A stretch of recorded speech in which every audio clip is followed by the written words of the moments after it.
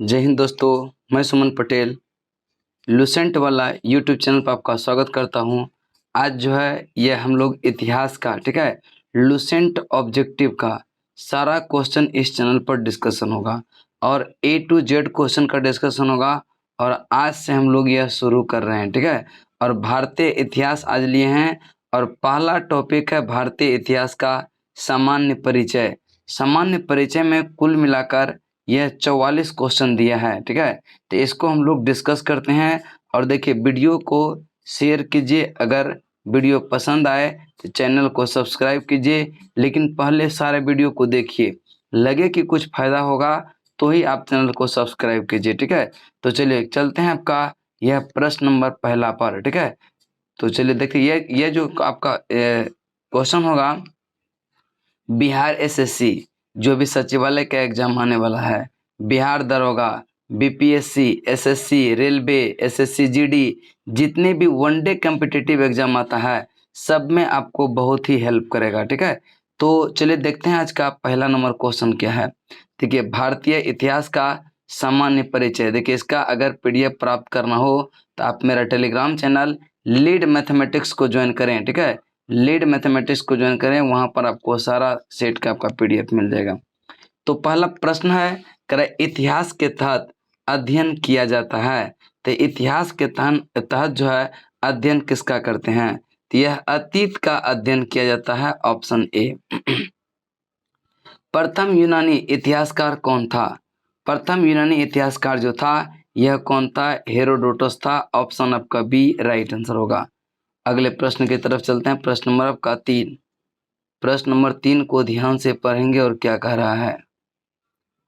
प्रश्न नंबर 3 में करें कि निम्नलिखित में से किसने स्पष्ट कहा कि इतिहास के समस्त निष्कर्षण यह युक्ति संगत साक्ष्यों पर आधारित होते हैं। यह कथन किसने कहा कि इतिहास के समस्त निष्कर्ष जो है यह युक्ति संगत साक्ष्यों पर आधारित होते हैं? यह कहा था थ्यूसिडाइडिस ने। किसने कहा था?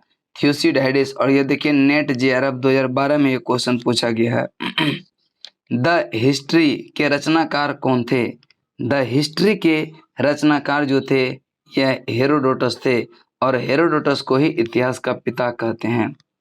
नेक्स्ट है 5 नंबर, इतिहास के पिता की पदवी सही अर्थों में किससे संबंधित है? इतिहास के पिता की पदवी यह सही संबंधों में किससे संबंधित है? तो इसका राइट आंसर होगा, हेरोडोटस को ही कहते हैं इतिहास का पिता, ऑप्शन ए आपका राइट आंसर। और यह प्रश्न देखिए, RAS RTS यह 1994 और यूपीजीएससी में 2018 में भी प्रश्न पूछा गया है। इतिहास अपने को दोहराता है, यह कथन किसका है? इतिहास अपने को दोहराता है, यह कथन है हीगेल का, ऑप्शन ए आपका राइट आंसर होगा। अगला प्रश्न चलते हैं, प्रश्न नंबर आपका 7। करें कि हम इतिहास से यही सीखते हैं कि आदमी इतिहास से कभी कुछ नहीं सीखता, यह कथन किसका है? हम इतिहास से यही सीखते हैं कि आदमी इतिहास से कभी कुछ नहीं सीखता, यह कथन किसका है? यह कथन हीगेल का है, ऑप्शन ए आपका राइट आंसर होगा। अगले प्रश्न की तरफ चलते हैं, करें किसका कथन है समस्त इतिहास वर्ग संघर्ष का इतिहास है? समस्त इतिहास वर्ग जो है यह संघर्ष का इतिहास है, यह कथन जो है कार्ल मार्क्स का है, ऑप्शन आपका ए राइट आंसर होगा। नेक्स्ट चलते हैं, क्वेश्चन नंबर आपका 9। निम्नलिखित में से कौन सा एक इतिहास के विषय में मार्क्स के दृष्टिकोण का संक्षिप्त वर्णन करता है? तो इसका राइट आंसर जो होगा यह इतिहास के इतिहास के शोषक इतिहास के शोषक और शोषित वर्गों के बीच संघर्ष का सिलसिला, ऑप्शन आपका बी राइट आंसर होगा। प्रश्न नंबर आपका 10 है, निम्नलिखित में से किसने द्वंदात्मक भौतिकवाद के सिद्धांत का प्रतिपादन किया? द्वंदात्मक भौतिकवाद के सिद्धांत का प्रतिपादन यह किसने किया? यह मार्क्स ने किया, ऑप्शन बी आपका राइट आंसर होगा। और यह टीजीटी 2016 का प्रश्न है। नेक्स्ट चलते हैं, कराके कार्ल मार्क्स ने यह वर्ष संघर्ष की प्रक्रिया को निम्नलिखित में से किस सिद्धांत के मदद से समझाया? तो इसका राइट आंसर जो होगा यह द्वंद्वात्मक भौतिकवाद से, यानी कि ऑप्शन आपका डी राइट आंसर होगा। और यह यूपीएससी 2011 का प्रश्न है। प्रश्न नंबर 12 देखेंगे, करें नेट जेआरएफ 2014 4 और 2013 का प्रश्न है। करें इतिहास विगत की राजनीति है, यह कथन किसका है? इतिहास विगत की राजनीति है, यह कथन है, यह सीले का, किसका है? सीले का। ऑप्शन सी आपका राइट आंसर होगा। अगले प्रश्न की तरफ चलते हैं। प्रश्न नंबर आपका 13, सूची 1 को सूची 2 से मिलान करें। सूची 1 को सूची 2 से मिलान करें। तो देखिए पहला देखेंगे अशोक राज, ठीक है, लेखक है और यह इतिहास का परिभाषा। तो सबसे पहले देखेंगे संपूर्ण इतिहास का विचार का इतिहास, यह किसने कहा था? तो इतिहास की परिभाषा में संपूर्ण इतिहास विचारों का इतिहास है, यह जो कहा था यह कॉलिंगवुड ने कहा था, ठीक है, कॉलिंगवुड ने कहा था। इतिहास स्वतः मात्र एक विज्ञान है, इससे कम नहीं है, इससे अधिक नहीं है। इतिहास कराए के स्वतः मात्र एक विज्ञान है, इससे कम नहीं है और इससे अधिक नहीं है। यह कथन किसका है? यह कथन है ब्यूरी का, ठीक है, ब्यूरी का। सच यह है कि इतिहास में अतीत वर्तमान के साथ बदलता है। अतीत जो है यह वर्तमान के साथ बदलता है, यह ओकसाट ने कहा था। और इतिहास का महत्व वैज्ञानिक नहीं है, यह कथन ट्रेवेलियन ने कहा था। इतिहास का महत्व वैज्ञानिक नहीं है, यह कथन कहा था, यह किसने कहा था? ट्रेवेलियन ने। तो एक बार इसको रिपीट कर देते हैं। संपूर्ण इतिहास का विचार का इतिहास है, यह कथन किसका है? यह कॉलिंगवुड का है। इतिहास स्वतः एक विज्ञान है, इससे कम नहीं और इससे अधिक नहीं, यह कथन है किसका? ब्यूरी का। सच यह है कि इतिहास में अतीत वर्तमान के साथ बदलता है, यह कथन है ओकसाट का। और इतिहास का महत्व वैज्ञानिक नहीं है, यह कथन है ट्रेवेलियन का। इसका राइट आंसर 3 4 1 2 हो जाएगा। 3 4 1 2 देखते हैं किस ऑप्शन में है, वही आपका राइट आंसर होगा। 3 4 1 2 आपका ऑप्शन नंबर ए है। नेक्स्ट है कि किस इतिहास दर्शन शास्त्री ने कहा था समस्त इतिहास समकालीन इतिहास है? समस्त इतिहास जो है यह समकालीन इतिहास है, यह वेनेडिटो क्रोचे ने कहा था, वेनेडिटो क्रोचे ने। और यह प्रश्न जो है नेट जेआरएफ 2019 में पूछा गया है। इतिहास अतीत एवं वर्तमान के बीच अंतरहीन वार्ता, यह कथन किसका है?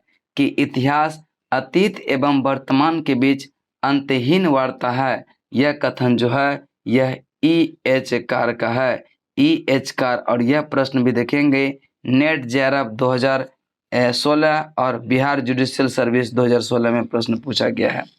16 नंबर प्रश्न को ध्यान से देखेंगे।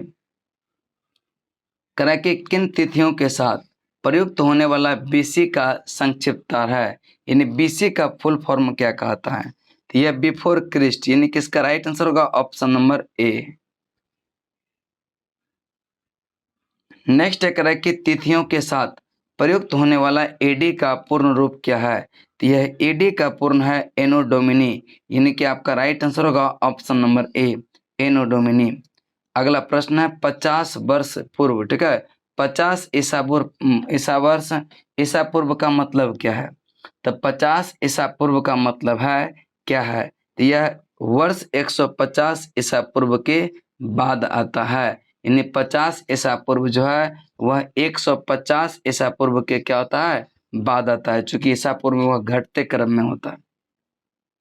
1015 किस शताब्दी में आता है? यह 1015 जो है यह 11वीं शताब्दी में आता है, ऑप्शन डी आपका राइट आंसर होगा। नेक्स्ट चलते हैं, करें सूची 1 को सूची 2 से मिलान करें। सूची 1 को सूची 2 से मिलान करें। तो देखिए विक्रम संवत की बात करें तो यह विक्रम संवत की शुरुआत हुआ था यह 58 ईसा पूर्व में। और शक संवत की बात करें तो यह हुआ था 78 में।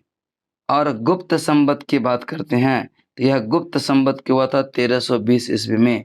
और कली संवत का हुआ था 3100 यह 2 में, 3102, यही इसका राइट आंसर हो जाएगा, यानी कि 4321 इसका राइट आंसर हो जाएगा। और 4321 जो आपका होगा वही आपका क्या हो जाएगा, राइट आंसर होगा। अगला प्रश्न है प्रश्न नंबर आपका 21 नंबर प्रश्न को करा कि विक्रम संवत प्रारंभ हुआ था कब। तो यह विक्रम संवत जो प्रारंभ हुआ था यह 58 ईस्वी पूर्व में हुआ था। ऑप्शन आपका ए राइट आंसर होगा। नेक्स्ट है शक संवत का प्रारंभ किस सम्राट ने किस सम्राट के शासनकाल में 78 ईस्वी में हुआ था। यह शक संवत का शुरुआत यह कनिष्क के काल में 78 ईस्वी में हुआ था, ध्यान में रखिएगा। अगला प्रश्न चलते हैं प्रश्न नंबर आपका 23 करे कि राष्ट्रीय पंचांग किस संवत पर आधारित है। यह राष्ट्रीय पंचांग जो है यह किस संवत पर आधारित है। इसका राइट आंसर होगा शक संवत पर, यानी कि ऑप्शन सी आपका राइट आंसर होगा। और यह क्वेश्चन देखिए एसएससी 1999 का प्रश्न है।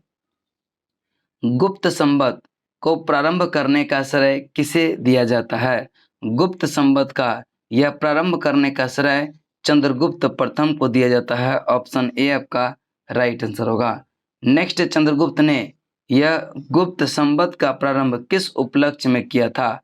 तो इसका राइट आंसर होगा अपने राज्यारोहण के स्मारक के रूप में, अपने राज्यारोहण के स्मारक के रूप में। ऑप्शन ए आपका राइट आंसर होगा।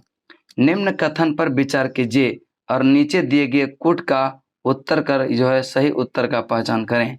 तो इसका राइट आंसर देखिए पहला क्या है, विक्रम संवत 58 ईसा पूर्व में प्रारंभ हुआ था। शक संवत 78 में प्रारंभ हुआ था। गुप्त संवत यह 319-20 के आसपास हुआ था, यह कथन भी सही है। भारत में प्रथम मुस्लिम युग का सन जो है 1192 में शुरू हुआ था, यह कथन क्या है, गलत है। तो इसका 1, 2 और 3 आपका क्या है, सही है। और यह यूपीपीसीएस 2011 का प्रश्न है। नेक्स्ट है कि हर्षवर्धन ने 606 ईस्वी में हर्ष संवत की स्थापना किस उपलक्ष्य में किया था। तो इसका राइट आंसर होगा अपने राज्यारोहण के उपलक्ष्य में किया था। Option A. अगले प्रश्न की तरफ चलते हैं प्रश्न नंबर आपका 28 निम्नलिखित में से कौन सा संवत जो कलचुरी द्वारा प्रयुक्त किए जाने के कारण जो है कलचुरी संवत भी कहलाता है। यह कलचुरी संवत भी कहलाता है। यह त्रैकुटक संवत को कहते हैं कलचुरी संवत, यानी कि ऑप्शन सी आपका राइट आंसर होगा। चालुक्य विक्रम संवत का प्रचलन किसने किया। चालुक्य विक्रम संवत का प्रचलन यह किया था विक्रमादित्य 6 ने, यानी कि इसका right answer option number C. Next है निम्नलिखित में से किसे एक नए संवत चलाने का यश प्राप्त हुआ था। किसे जो है एक नए संवत चलाने का यश प्राप्त हुआ था। तो इसका राइट आंसर और यह प्रश्न देखिए यूपीपीसीएस 1999 का प्रश्न है और इसका राइट आंसर होगा लक्ष्मण सेन को, ऑप्शन डी। नेक्स्ट, निम्नलिखित में से कौन सा वर्ष दिसंबर 2009 में शक संवत का वर्ष पूरा होगा। तो इसका राइट आंसर जो होगा 1931, यानी कि आपका ऑप्शन नंबर ए राइट आंसर होगा। नेक्स्ट प्रश्न है प्रश्न नंबर विक्रम संवत 2070 ईस्वी यह संवत में रूपांतरित करने पर मान जो होगा इसका कौन सा आएगा। तो इसका जो मान आएगा 2013, जो कि right answer option number D हो जाएगा। अगले प्रश्न की तरफ चलते हैं 32 के बाद 33 पे। 33 नंबर प्रश्न को ध्यान से देखिएगा क्या कह रहा है। कह रहा है कि विक्रम एवं शक संवत के आरंभ के बीच ये कितने वर्षों का अंतर होता है। विक्रम एवं शक संवत के आरंभ के बीच कितने वर्षों का अंतर होता है। यह 135 वर्ष का अंतर होता है और यह नेट जेआरएफ 2017 का प्रश्न है। अगला प्रश्न चलते हैं। कह रहा है कि पुलकेशिन 1 की बादामी शिलालेख शक वर्ष 465 का दिनांकित है। इसे विक्रम संवत में दिनांकित करना हो तो कौन सा वर्ष होगा। तो इसका राइट आंसर होगा 600 होगा, जो कि आपका राइट आंसर ऑप्शन नंबर ए है और यह यूपीएससी 1997 का प्रश्न है।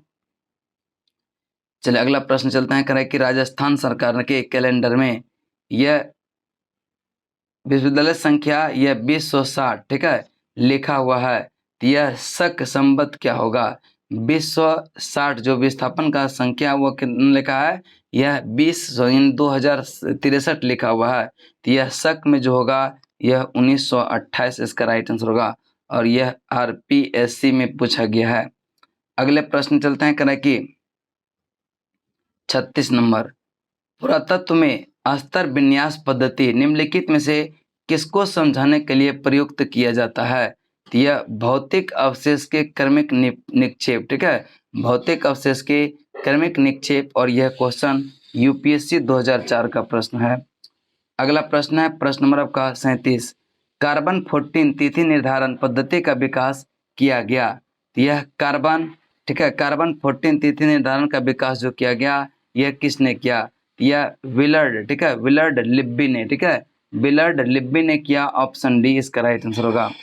कास्ट, अस्थि और शंख के पुरातत्वीय नमूनों का काल निर्धारण करने के लिए निम्नलिखित में से कौन यह अपनाया जाता है? तो यह कौन अपनाया जाता है? इसका राइट आंसर होगा कार्बन 14 अपनाया जाता है। ऑप्शन आपका ए राइट आंसर होगा। कार्बन डेटिंग निम्नलिखित में से आयु निर्धारण हेतु प्रयुक्त होता है। तो कार्बन डेटिंग जो है यह जीवाश्म का आयु निर्धारण के लिए प्रयुक्त होता है। ऑप्शन ए आपका राइट आंसर होगा, और यह उत्तर प्रदेश पीसीएस 2008 का प्रश्न है। नेक्स्ट चलते हैं, कि प्रागैतिहासिक का अंत एवं इतिहास का आरंभ तब माना जाता है जब, कब? तो इसका राइट आंसर होगा जब मानव ने लिखना सीखा था। प्रागैतिहासिक का अंत, इतिहास का आरंभ तब माना जाता है जब मानव ने लिखना सीखा था। भारत के संदर्भ में ऐतिहासिक काल का आरंभ कब माना जाता है? भारत के संदर्भ में ऐतिहासिक काल का आरंभ माना जाता है 600 ईसा पूर्व से। ऑप्शन सी आपका राइट आंसर होगा। सिंधु सभ्यता को अद्य ऐतिहासिक सभ्यता कहा जाता है क्योंकि यह इसमें प्रमाण मिला है किसका? तो इसमें प्रमाण मिला है लेखन का। सिंधु सभ्यता को अद्य ऐतिहासिक युग कहा जाता है क्योंकि इसमें प्रमाण मिला है लेखन का। ऑप्शन आपका ए राइट आंसर होगा। नेक्स्ट है, शक संवत पर आधारित राष्ट्रीय पंचांग का चैत्र जो है ग्रेगरियन कैलेंडर के निम्नलिखित तिथियों में से एक के तदनुरूप है, यह कौन सा? तो इसका राइट आंसर जो होगा यह 22 मार्च से, ठीक है, यह चैत्र शुरू होता है। अगले प्रश्न चलते हैं, करें कि किसने इतिहास के प्राचीन, मध्यकालीन और आधुनिक 3 भागों में यह बांट कर देखने का रिवाज चलाया? तो इसका राइट आंसर होगा यह सेलेरियस ने। किसने? सेलेरियस ने जो है इतिहास को प्राचीन, मध्यकालीन और आधुनिक 3 भागों में बांट कर देखने का रिवाज चलाया, जिसका नाम है यह सेलेरियस ने, ठीक है, सेलेरियस आपका राइट आंसर होगा। Option number D. तो आज जो है ये चैप्टर समाप्त होता है। अगले वीडियो में दूसरा टॉपिक आएंगे हम लोग लेकर, यह ऐतिहासिक स्रोत, ठीक है, ऐतिहासिक स्रोत, इसको ध्यान में रखिएगा। और उसमें 80 क्वेश्चन है, प्रयास करेंगे कि 80 का 80 क्वेश्चन डाल दें, ठीक है। चलिए तब तक के लिए जय हिंद, जय